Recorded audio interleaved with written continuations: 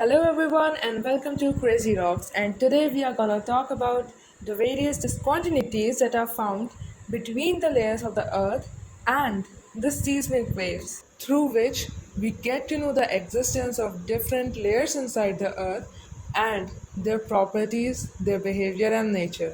So let's begin. In my previous video, I have told you about different layers of earth: crust, mantle, and core, and their properties, their thickness, their nature.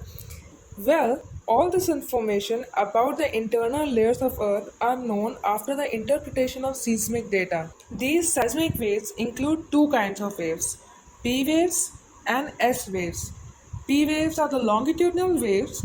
They are also known as the compressional waves, as the motion of different particles is parallel to the direction of the propagation of the wave, whereas S waves are known as the shear waves or the transverse waves.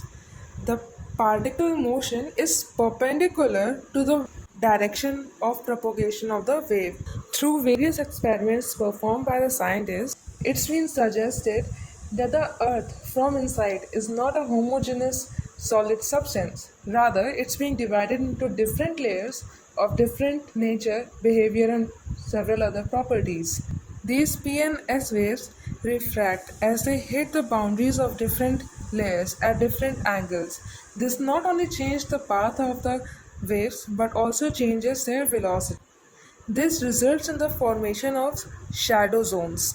Shadow zones is an area of the earth in the angular distance that does not receive direct P and S waves from a particular point of emission of those waves.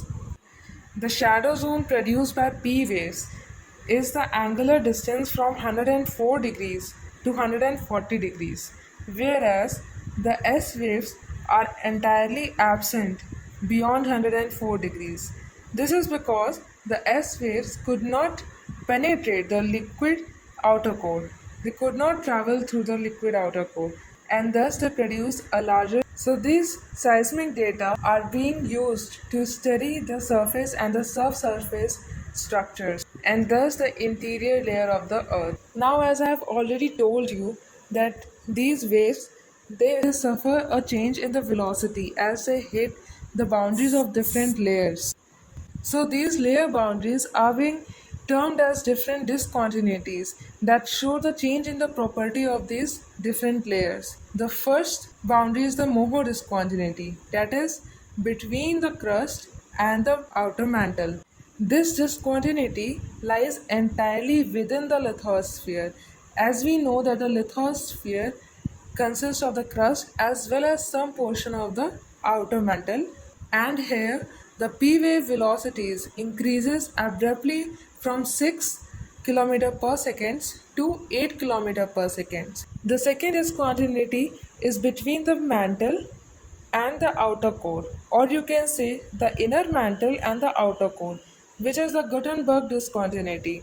Here, the velocity of P waves decreases slightly and the disappearance of S wave is observed, due to which the shadow zone created by the S waves is beyond 104 degrees, as the outer core is a liquid. So S waves could not travel in the outer core. Now the third discontinuity is the Conrad discontinuity, which lies between the continental crust and the oceanic crust. Since the oceanic crust is made up of mafic minerals generally, and the continental crust is generally made up of felsic minerals and contains silica and aluminium in excess, and the oceanic crust contains silica and iron and magnesium in excess, so this discontinuity is being formed. Here the P waves increases abruptly from 6 to 6.5 kilometers per second. Then comes the fourth discontinuity, that is the repeated discontinuity, which is between the outer mantle and the inner mantle. Here a jump in the seismic velocity is observed. Then comes the last discontinuity, that is the Lehman discontinuity, which is between the outer core and the solid inner core, and it lies entirely within the barysphere. So that's all for the day. Hope you like the video. So like, share and subscribe. Thank you.